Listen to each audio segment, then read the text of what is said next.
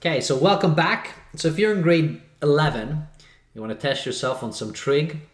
So here's a test. I guess, I don't know if it's really a test. It's more of a quiz, I guess, per se. I try to avoid some word problems out of here, although in trig you probably will run into some. My goal with this test is really just to try to get the foundations down for you for trigonometry and be comfortable with the ratios that you have, with understanding the sine and the cosine law. Okay, so those ones are the key things. And then really almost like for multiplication tables, have that same feel for the unit circle when it comes to cos and sine, and then all the other ratios that you can create out of them. All right. So like for all the tests that I do, I'll provide a link. So if you go down to the show notes, you can download a PDF file of this test, give it a go, and then come back to the video to see the solutions. All right. So let's get started. Okay. So I'm not going to do question 1 first. I'm actually going to do questions 2 and 3. I'm going to tie them in together. And then I'm going to come back to question 1 for you to try to show you that. All right. So question 2 and 3 deal with a circle and then with particular values related to some angles on that particular circle with cos and sine. And then you can extrapolate from cos and sine. You can get tangent, you can get secant, cosecant, cotangent, all of that stuff. All right, so when you're constructing a unit circle, what I used to like to do when I was doing this, now, having this tool where I can just kind of draw a circle and it draws it for me, so nicely like this. So I would construct always a circle and then bring it back to, the axes. So here are my axes. And I'm not going to fill out the entire thing, but I do want to give you a sense, okay, of how to get started and what to keep in mind. So your unit circle is always interested in particular angles that are related. Okay, so, and that angle has to do with how, well, that's not what I wanted. Okay, so how, let's say this kind of, let's say if we have this, which is the radius of this circle, how it swings along, okay, all the way around. So if it's right here, the angle is 0, approximately here, 30, 45, 60, 90, okay, and then it continues on. So that's what we want to be able to do. So we are interested in kind of particular angles. So here's one, let's say if that's 30. I'm going to construct another one. Here is, let's say, approximately 45 degrees. And then here, let's say it's approximately 60 degrees, all right? So give or take. And so what we want is, you want to be comfortable with having 0, okay? 30 degrees, 45 degrees, 60 degrees, and let's say 90 degrees. All the other ones, you can just replicate, right? Once you know these values. So we're dealing with a unit circle, which means the radius is equal to 1. And if the radius is equal to 1, now what do we know when you're constructing this unit circle? We know that it gives us values of x and of y. And those values tell us, okay, the x always tells us the cos, the y always tells us the sine. Okay, so those are the actual ratios that they're going to provide for us. And if you're starting off, so at 0, okay, so obviously your x basically is the entire radius, which is going to be 1. And your sine, your y value, there is no y value, so this is 0, okay? Now, if you're at 90 degrees right here, then there is no x value because you're just on the y axis, so this is going to be 0 and 1. And of course, you can fill out the rest. So if it's 180 degrees, well, in this case, now it's negative because it's on the negative side. The sine is still 0 because now it's flat, right? And then on the opposite, so right here, there is no x value, so there's no cos, so cos is 0. And then this would have been negative 1 because it's on the negative y-axis.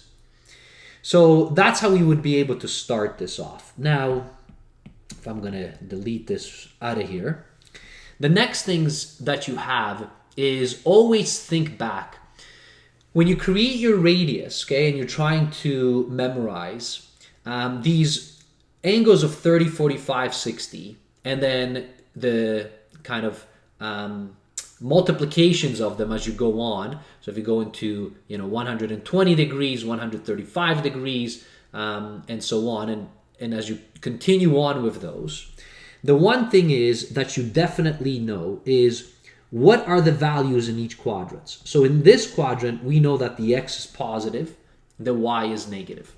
In this quadrant, we always know that here the x is negative, but the y is still positive, which means that the cos value will be negative and the sine value will still be positive. And, within here, so what we have is now this is negative and, negative 1. This is negative and also this is negative. So both my cos and my sine are negative. And in this case, you have, okay, your cos is positive and then your sine is still negative. So if you know that, if you understand that about the quadrants, now you can start filling out the rest. So what else in terms of memory and to ease your memory that you should know? All right, so what is next? So next, all the values that you have, so no matter what they are, so for 30 degrees, for 45 degrees, for 60 degrees, to ease your way into remembering it, always remember that the denominator is equal to 2. Okay, so that's something that you can remember within here. Now, once you remember that, now it's a matter of filling it out. Okay, and as you're kind of going through this whole process of filling it out, okay, the 45, both cos and sine are equivalent, and they're square root of 2, okay, which is in the numerator. So that will never change. It's always going to be square root of 2 over 2. I mean, you can also write it as 1 over the square root of 2. Those are equivalent. Okay, but in terms of memory, it's sometimes better just to put it over 2 because you know that all the values will be there. Now, the 30 degrees and 60 degrees, they're swapped. The sine and coses are swapped on the unit circle. And now you have to always think, okay, remember what cos is the value of x. So for 30 degrees, I mean, you can literally see that, when you drop this down right here, you can see that for 30 degrees, the cos is much larger than it is, okay, at 60 degrees, which is going to be, kind of all the way right here. So that is how I remember. So within here, this is going to be square root of 3, and then this is just going to be 1. And then that it happens on the opposite side. So now this is 1, and this is square root of 3 on the side. So they just swap. Once you remember this, you can fill out the rest of the unit circle. No problem, right?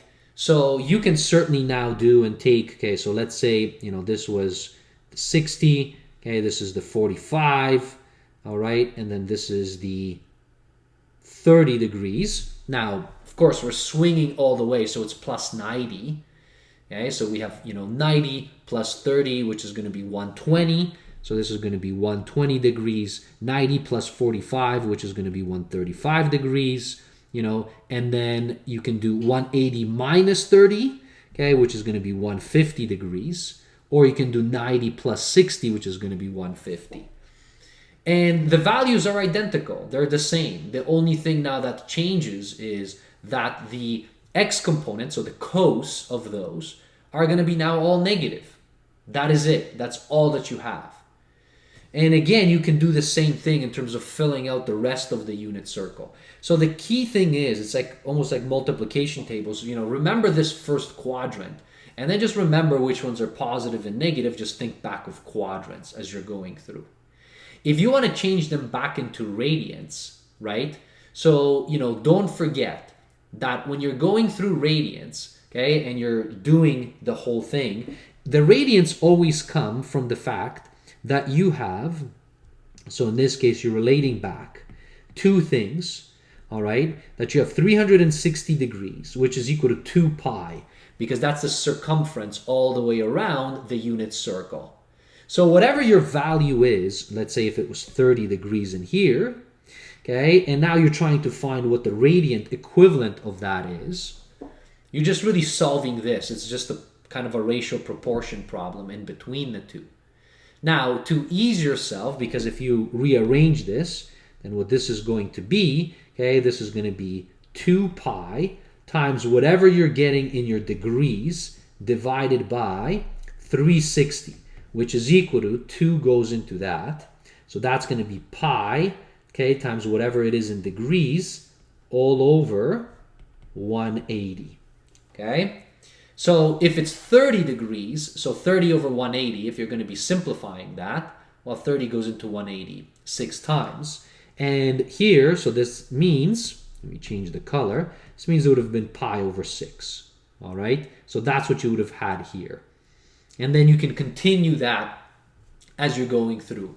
This would have been pi over 4, right? So that's what you would have had here. And then this, the 60 would have been pi over 3. Okay, so pi over 3. The 90 is pi over 2. And then you can continue that on as you're going through. So you can change back between radiants. And now, of course, you know, you can start adding them up. Okay, when you go to 120, okay, 135, 150. So all you're doing is you're just adding, okay, the swing of the radiants going through. So I'm not going to continue this because I have done, okay, the entire unit circle, okay, if you like. So if you want to go back and see it again, you know, I can put up a link up above there to that unit circle entire video. But in here is to complete it is I'll just kind of cut it out from that video and insert it back so that you can check your own solutions. All right, so let me be right back. Okay, so there you have it. Okay, so it's the complete thing, and you can check for yourself, you know, how you had set it up. Do know the unit circle because it really helps you between sines and cosines and so on, and now you're you're going to get comfortable. So that was question 2. Now, question 3 was a really good one. And, you know, as you keep going in trig, you're going to realize this kind of very quickly.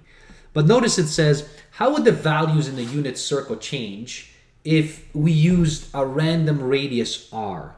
So instead of using r, which is equal to 1, that's what makes it a unit circle because the radius is 1. What if it wasn't 1? Like, what if it was 2? What if it was 10? What if it was 0.5? Some random radius r. Like, what would have actually changed? And what would have actually changed, so if you took this whole thing, so if you took your unit circle, and now you made the radius, so that you had, so let's say now this radius was arbitrarily, okay, and we called it r instead of unit, meaning 1. So this is some r. Now what if you wanted to find these values? So let's say if this was, you know, at 45 degrees. Our answer to 45 degrees was square root of 2 over 2, right? For both sine and cos. But that no longer will be necessarily true if you have a radius of r. And so think back of what this means. So if you drew, I'm going to kind of draw back the, so this is, let's say this is the y, this is your x, okay? Shift this back in here. And so this is your x, this is your y. Now, if you wanted to know these values, right? So this is your y, and then so from here to here, this is your x, okay? Remember, the ratios for sine and cos, right? So those ratios are just ratios in a 90-degree triangle, which uses basically the Pythagorean theorem in some way.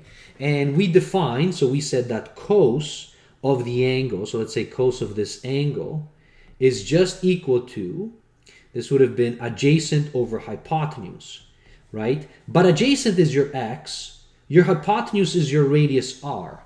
For a unit circle, your radius was just 1. And because it was just 1, you know, then we started to get these values out of there.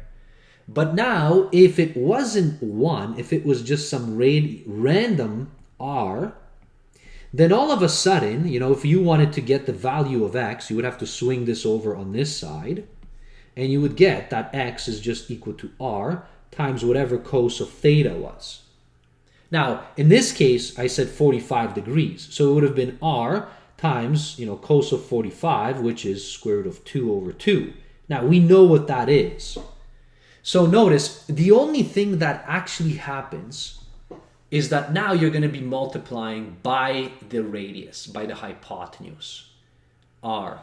So the only thing that would change on your unit circle, now all of a sudden you would have to multiply it by r. Our radius in the unit circle is equal to 1. So if you multiply by 1, it doesn't do anything for you, right? But you could take this entire thing and fill out all the values. None of them would change. The only thing that would change is that now you would have to multiply those x and y values you have inside there, those sines and coses, by r, which is the radius, because now you change the radius. So that's the only thing that would change, right? So for example, for sine, so if it was sine theta, which is now opposite over hypotenuse, which is y divided by the radius r.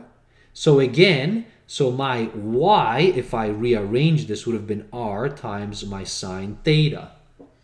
So that's the only thing that changed. And your sine theta, so sine of 45, is still square root of 2 over 2. Or if you want, if you had sine of, let's say, 30, okay, so if you had sine of 30, well, that would have been 1 over 2 times r, because now you change the unit circle from having a radius of 1 to some random radius of r. So that's the only thing that would change. And that's really important as you carry on and understand trig, okay, in your later grades, as you carry on through math or in sciences. So that is it. That's why that unit circle is so important, because once you know this, it actually doesn't matter what the radius is, because I can always multiply by r all the values of sine and cos. All right? So that answers actually question 3 on this, miniature test that I have for you. Now, if we go back to 1, okay, so to question number 1, so I'm going to bring this question down. Now these, so if I take these, copy, and bring it down here, just so that I can see it a little bit closer. Let's put it here. So now if you have your unit circle here, I can answer all of these. If you want the ratios of sines and cosines and so on, that's super helpful. Now, at some point, hopefully like multiplication tables, you won't have to be drawing the unit circle all the time. You kind of will start remembering what the ratios are.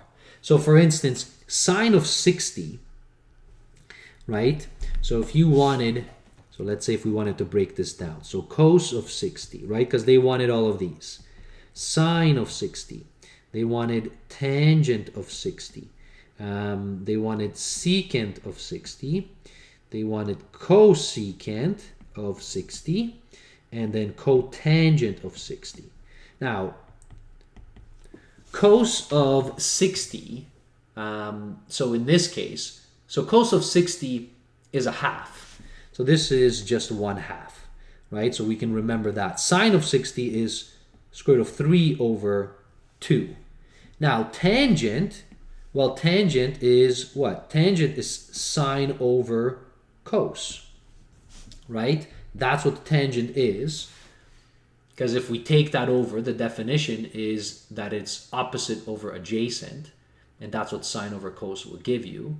So if you take these two, well, if you take these and divide them, what this means is this is going to be just square root of 3 over 1, or just square root of 3. Secant, right, is the reciprocal of cos. So this is just going to be equal to 2. Cosecant is the reciprocal of sine. So this is going to be 2 over square root of 3. And cotangent is the reciprocal of tangent, right? Or you can think of it as it's just adjacent over opposite. So that will be just 1 over 3. 1 over square root of 3.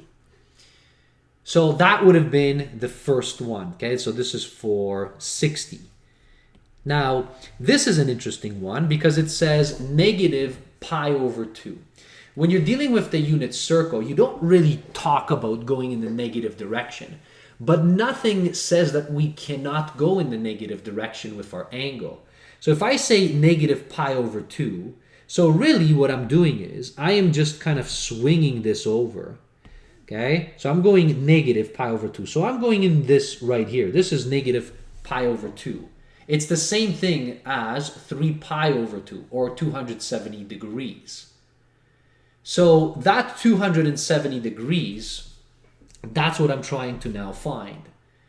Right? So when you have a negative angle, don't get flustered. It just means, okay, let me go in the opposite direction. Where is it going to land me? Well, it lands me at 270, because that is equal to negative pi over 2, which is 3 pi over 2. And now you can find out all the different things, okay, for that. So that means now if you go, let's say, cos, okay, and this is now cos of negative pi over 2, right? So that means I'm going in the opposite. So this is just 0, right? Because cos is 0 at that. Now sine of negative pi over 2, well, this is just equal to negative 1. Now tangent, so here we're going to have to be careful a little bit. So tangent, which is sine over cos, which is going to be negative 1 over 0. So this is undefined, which means tangent doesn't exist here. And then again, you can do the same thing. So if you want secant of this, which is the reciprocal of the cos, which is a problem, because again, this is going to be undefined. Now, if you want cosecant of that, which is going to be 1 over negative 1, which is still negative 1. Okay, so that's cosecant of that. And then cotangent, negative that. Okay, so cotangent is like having cos over sine, right? It's the reciprocal of tangent. Okay, so this is just going to be equal to 0. All right. So you can find all of these even if they're going in the negative direction. So that's this one. Now 7 pi over 6, so what is that equal to? So that's in radians. So 7 pi over 6. So, please remember pi is 180, right? Because it's 2 pi all the way around. So pi is 180. Now this is basically just adding pi over 6 to pi. So, in the unit circle, you can see there's 7 pi over 6, okay? So in that case, you can read off. So the cos and the sine are going to be negative, right? So you can read them off. I'm not going to write all of them. You can test yourself there and then just double check them. And negative 225, so what is that? So going in the opposite direction, so within here, let me change maybe the color again. So we're going to go, so this, you're going in this direction. Coming right here, this would have been negative 180, which is the same thing as 180, right? 225 is adding 45 extra. So that means you're going all the way up here, which is going to be the same thing as 135 degrees.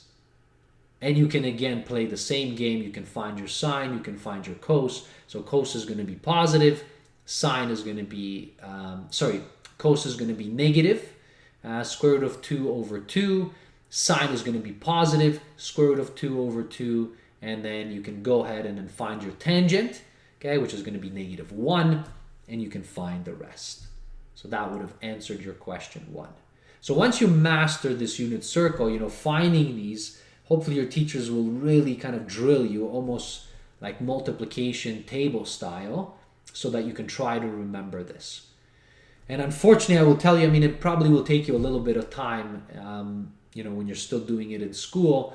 But as you keep seeing trig, starting from grade 10, then again in grade 11, then probably grade 12, and if you continue on in math later on and you take a little bit higher level maths, you're going to just continuously see these trig ratios over and over and over again.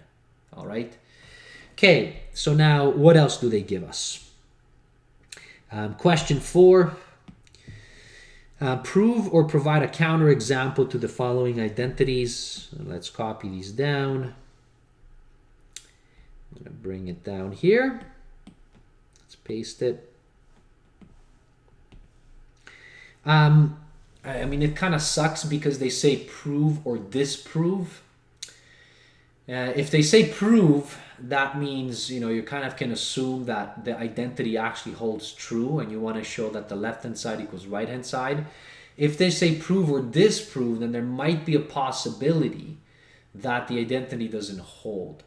And in order to find out if it holds or not, you know, I think I mentioned it in the video when I was doing the trig identities. The easiest thing to do is pick, I mean, you know, whatever, your favorite angles. Because remember, an identity means it has to hold for all angles, except for the ones where, you know, you have a restriction, right? Because the denominator can't be 0. So let's take this A, for example. So I'm going to take this A. And so what I have is this. I have sine. Now, tangent. So tan is basic. So sine, I'm going to drop the theta. Okay, as I write these out. You don't have to drop it. Sometimes maybe your teachers might be strict. They want you to keep the theta. So just be careful. Okay, but this is really what I have, right? So this is what it's asking me to show. On the right-hand side, there are no restrictions. On the left-hand side, there would be a restriction because we certainly don't want to have this right here to be equal to 0. So we kind of have to restrict cos theta cannot equal to 0. So you can check which angles that happens. So that happens at angle of 90, you know, and 270. Okay, so there cos of the angle is going to be equal to 0. So aside from those, does this thing hold? And you can try to do the identity and play around, but as I say, because they say prove or disprove, I mean, take take your, let's say, one of the angles and then just check, right? So let's check an angle which is, you know, not 90 or 270, and let's check and substitute what we will get. So sine of 45, so this is square root of 2 over 2, multiplied by, so this is, I guess, 10, right? 10 of 45, which is going to be 1, okay, plus 1, equals 2. So what does this equal? So this is equal to square root of 2 over 2 plus 1. And on the right-hand side, 1 minus cos of 45 squared. So this is going to be square root of 2 over 2. That's 45 squared. So 1 minus, so this is going to be 2 over 4, which is really a half. So this is a half, I guess. Well, this is going to be, this is not equal. Okay, so, you know, plugging in an angle and then checking if the left-hand side equals to the right-hand side. Now, it doesn't equal here. So this can't be an identity. So there you go. We've just disproved that A is an identity. So this one is not true. Now, it's not enough just to show for one angle. Remember, we have to show for many angles. So if you try one angle, you know, you can try another angle. Now, if you find two angles and it's equal, the left-hand side equals right-hand side, then unfortunately you have to start thinking, okay, how am I going to show this identity? But if one of them doesn't work, okay, it's done. Now, how many angles should you check? I mean, don't check probably more than 2. You know, your teachers would have been kind of mean, you know, if they keep asking you to check all of these different angles. I typically will check 1, and even on the first try, you typically will see that the identity doesn't hold. Then maybe I'll check another one and just pick one of the angles that's from the unit circle, because those ones you probably will remember the ratios, right? Like I did here. So A is definitely not an identity, so this one doesn't hold. What about B? Let's see this one. Let's copy it. Let's paste it. Now again, I can do the same thing. I can substitute, you know, some angle to just try to see. Let's say, you know, if I substituted again the angle of 45, then I would have actually got 1. This is 1 plus 1 because It's going to give us the same thing of 45. So this is going to be 2. That's the left-hand side. Then this is 1 over, and sine and cos. Actually, oh, yeah, this is, so what do we have here? So this is what? 2 over 4, which is equal to 4 over 2. So this is equal to 2. Okay, so left-hand side equals right-hand side. So this looks like it might hold. Now you can check another one. You can check 60 and see if it holds. I think this one holds, actually. I'm going to try to show it. And so let's try to show. So I'm going to take the left-hand side and try to show that it equals to the right-hand side. So the left-hand side is going to be, well, cotangent is cos.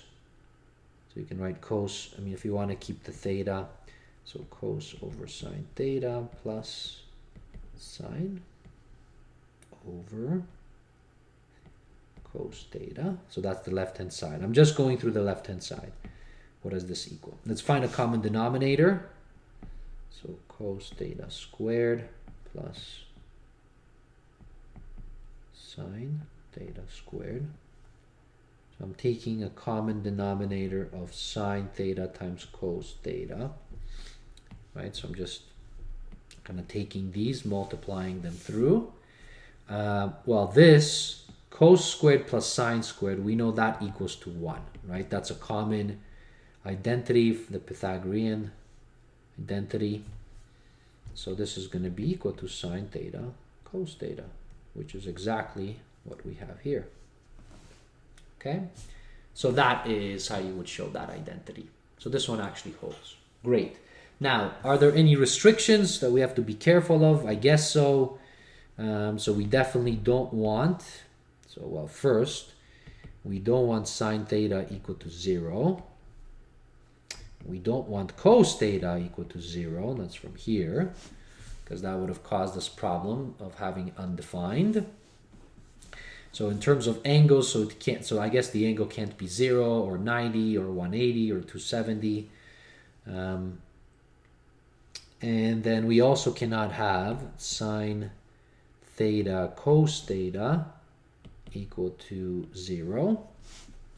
Okay, so for those, but the only time that those simultaneously, I guess, are going to come out from there. So we have to be careful about these restrictions.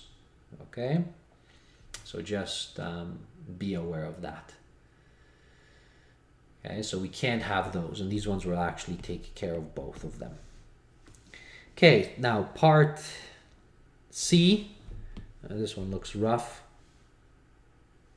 You know what? Probably won't be that rough. Let's see it. Copy. Well, what would have been rough in this one, so if you're working this out, what would have been rough if you tried to substitute the angles and see if the left-hand side equals right-hand side, if you're trying to disprove it. I'm going to actually spare myself because I'm going to try to prove this. And I'm just, because I'm looking on the right-hand side, which is the bigger side, I see that there's a quadratic on top. And then there's a difference of squares at the bottom on the right-hand side. So what I mean by that is, so if you would, like, think back. So if, notice they're all secants. So if I say secant theta is x, so I have like 2x squared minus 3x minus 2. It's kind of like, so my x is equal to secant theta. And then I would have 4x squared minus 1. So it kind of brings me back to quadratics, right? So the right-hand side, I can factor that, right? So 2, so that's negative 4. So this actually will be, I'm going to just still keep it at x, just so that you can see it. So let's use decomposition. So this is 2x squared. It's going to be minus 4x plus x minus 2. So I'm using decomposition here, so I see that. This one is much simpler, the one at the bottom. 2x minus 1 and then 2x plus 1, because that's the difference of squares. So that means, so here Let me take out 2x, x minus 2. Okay, perfect. Okay, so I'll have that divided by, let's duplicate. You can write secant theta if you want. I mean, I just wrote x equals 2 secant theta here. So I'll plug it back in just a moment. So this is going to be 2x plus 1, x minus 2. And, well, so notice. So here, duplicate. So look what happens here. This cancels with that. And we get x minus 2 all over 2x minus 1, which is secant theta minus 2 all over, what is that in?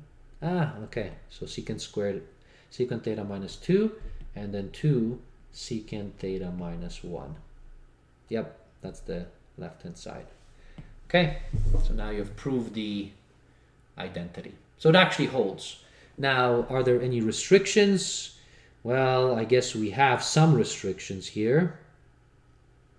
So what we cannot have, okay, so in terms of restrictions, so from here we cannot have 2 secant theta minus 1, okay, cannot be equal to 0. Now if I rearrange this, it's going to tell me that secant theta cannot equal to 1 over 2. Okay, so that's one restriction. And then the other restriction is going to come from the opposite side. So we cannot have that equal to 0, right?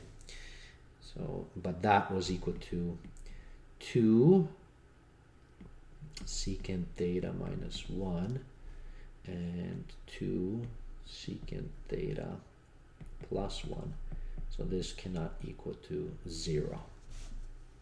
Okay, which means so either this, so this cannot equal to 0, or this cannot equal to 0.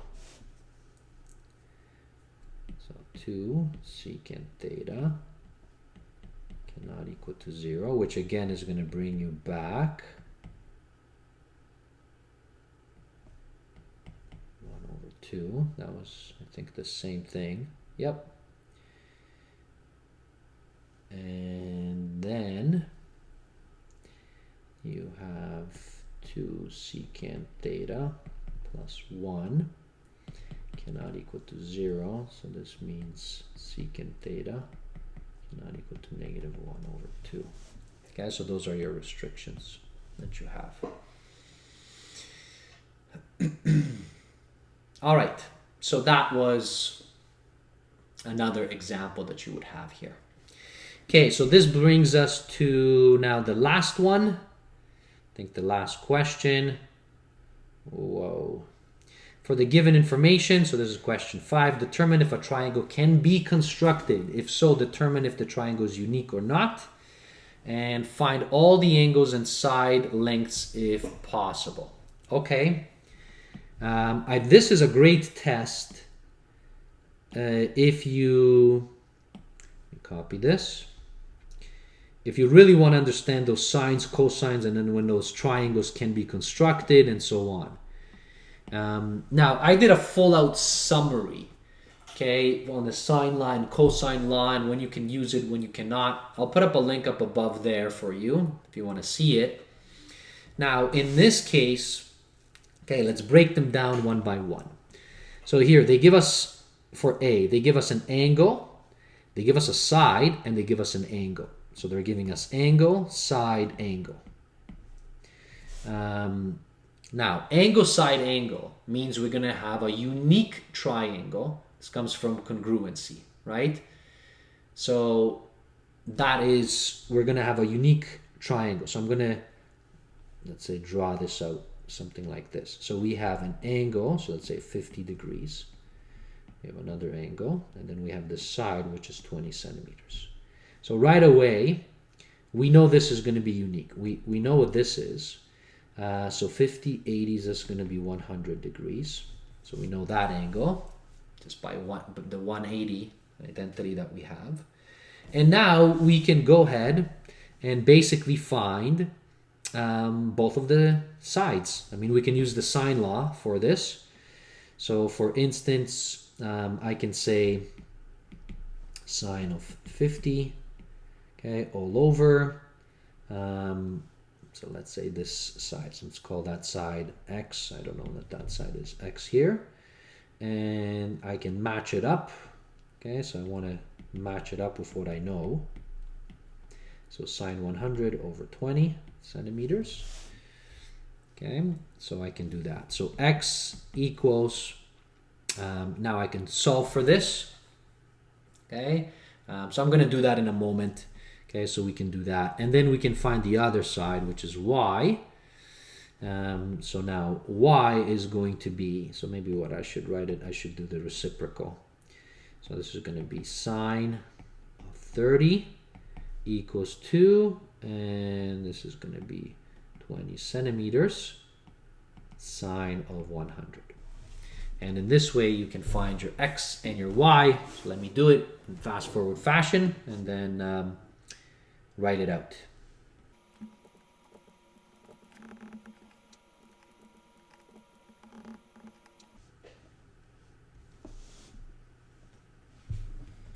All right, so there you have it. So that's part A. So we have found everything. It's unique.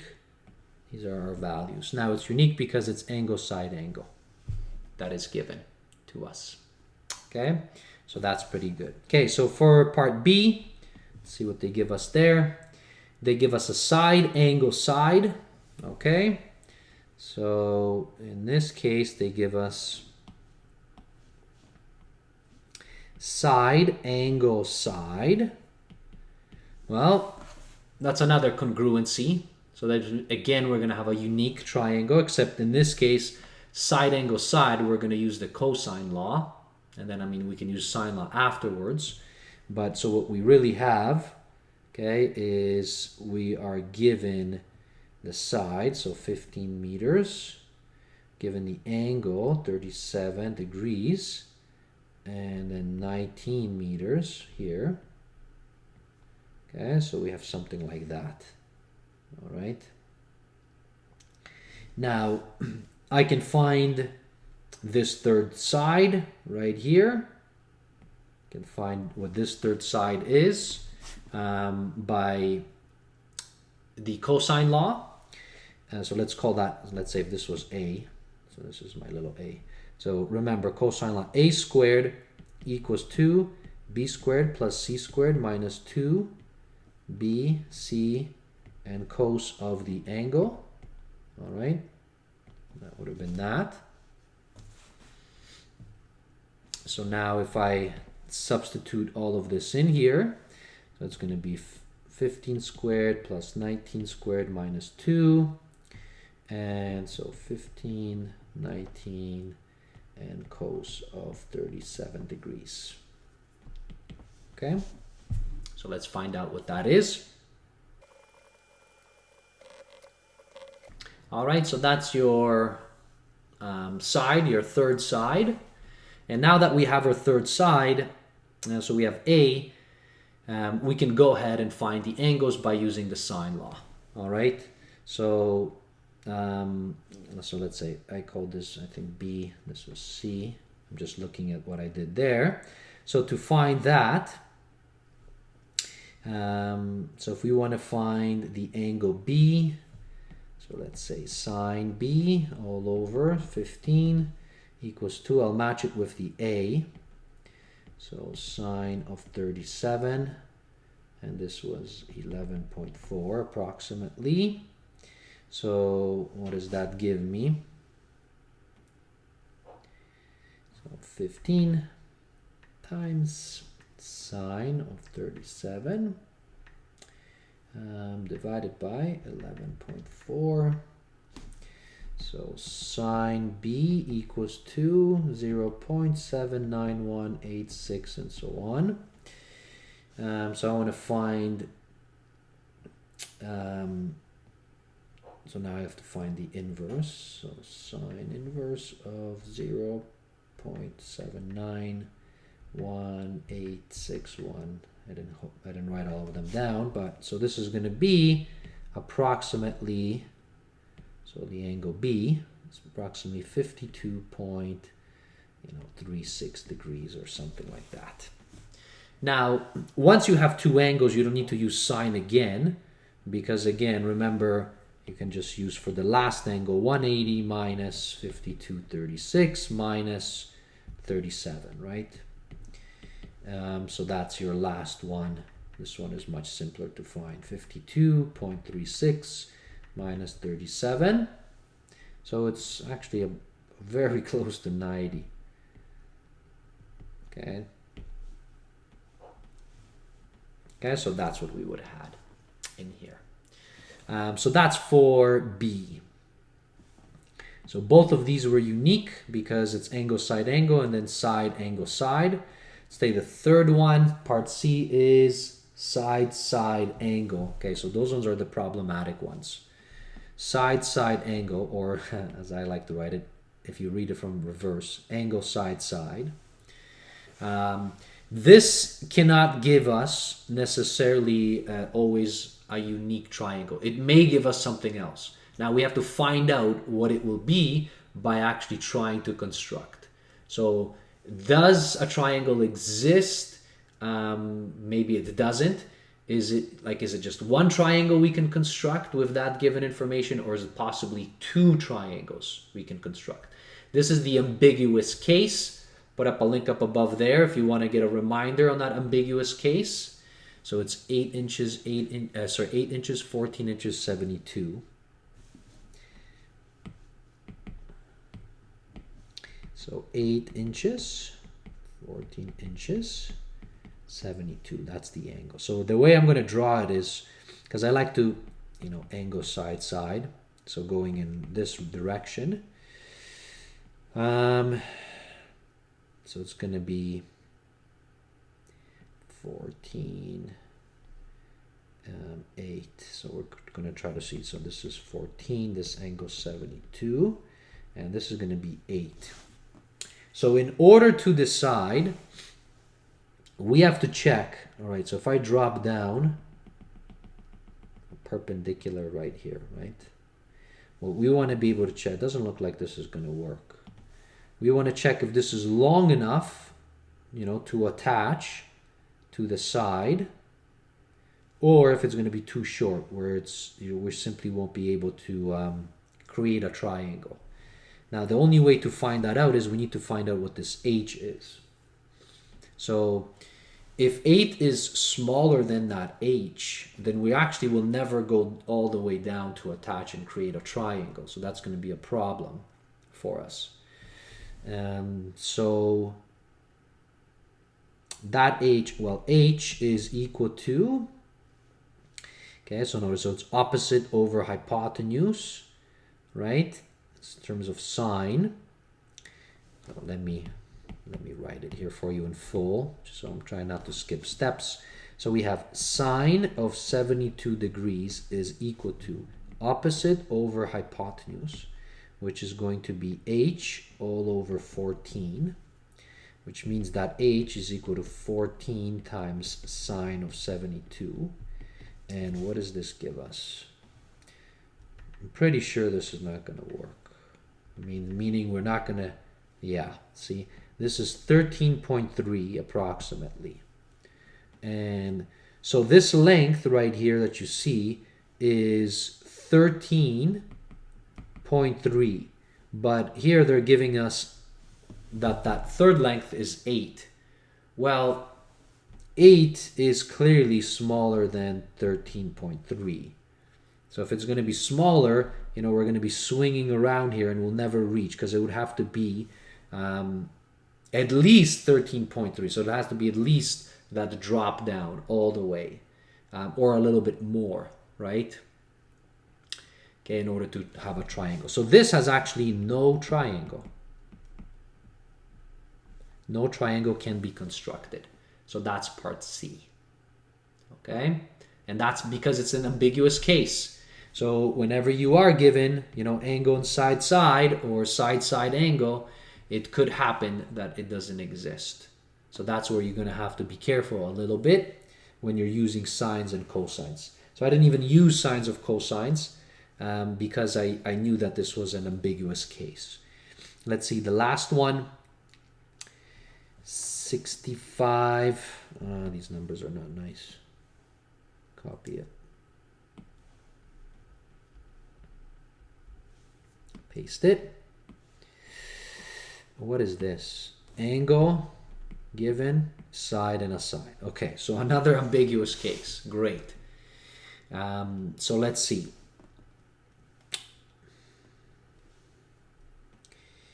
So we're gonna have, so this is 65. This is 28.2. Well, at least this one, I think this one will attach, 26.5.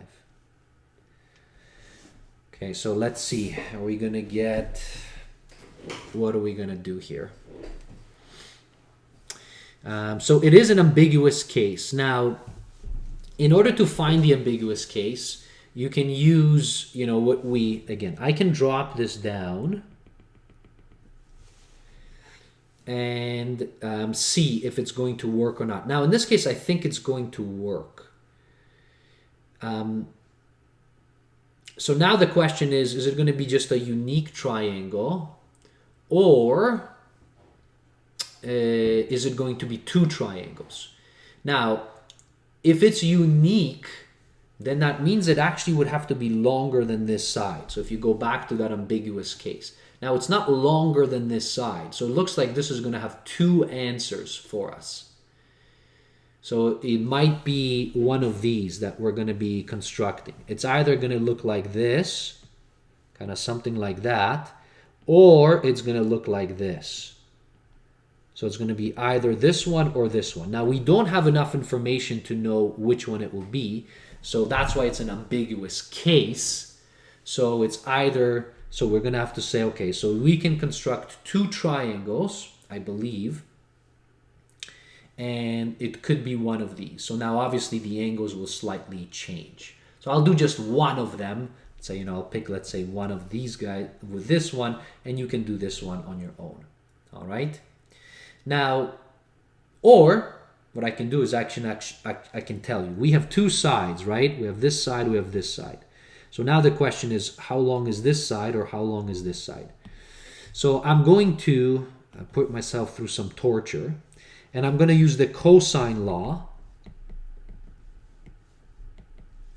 to find these values. Because remember, you can use the cosine law in the ambiguous case. It's going to give you a quadratic. That's okay.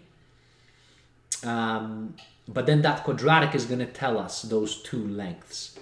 So now in the cosine law for the ambiguous case, I can put up a link above there if you want to see. Let me expand this out. Okay, so the cosine law, so a squared equals to b squared plus c squared minus 2ac, and then cos of the angle.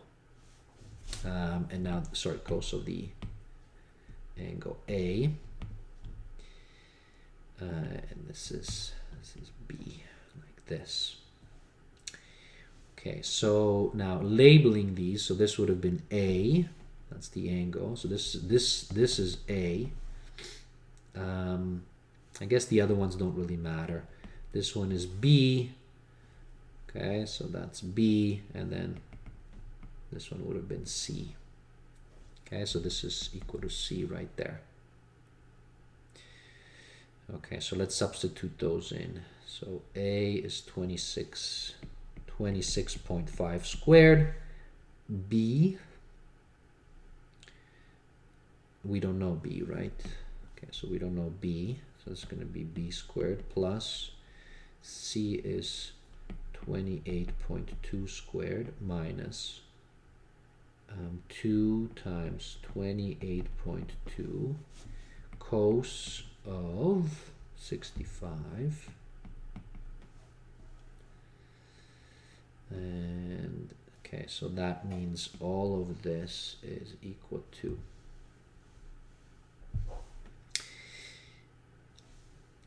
so 2 times 28.2 times cos of 65 Okay. 23.8. So I'm sorry, I'm gonna round it a little bit here for us. And this is gonna be B, right? So now I have a quadratic. So this quadratic, duplicate this, bring it down. I'm going to move everything to the kind of right-hand side and set up the quadratic. Okay, so I'm going to, collect my like terms, so this and this. And then I'm going to try to see what the solution is. Okay, so I'll do that in fast-forward fashion.